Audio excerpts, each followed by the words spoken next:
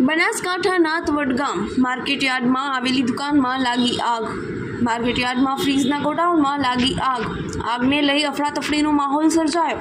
ત્યારે આગને લઈ ધુમાડાના ગોટે ગોટા આગ લાગવાથી ગોડાઉનમાં પડેલું સામાન બળીને ખાખ થયો। સિદ્ધપુર ફાયર ફાઇટર પહોંચ્યું ઘટના સ્થળે અને આગને કાબૂમાં લેવાના પ્રયાસો હાથ ધર્યા। વડગામ માર્કેટયાર્ડમાં ગોડાઉન નજીક આવેલી છે અનાજની દુકાનો। આગને લઈ આજુબાજુની દુકાનોના વેપારીઓ મુકાયા ચિંતામાં। ભારે જહેમત બાદ આગને કાબૂમાં લેવામાં આવી।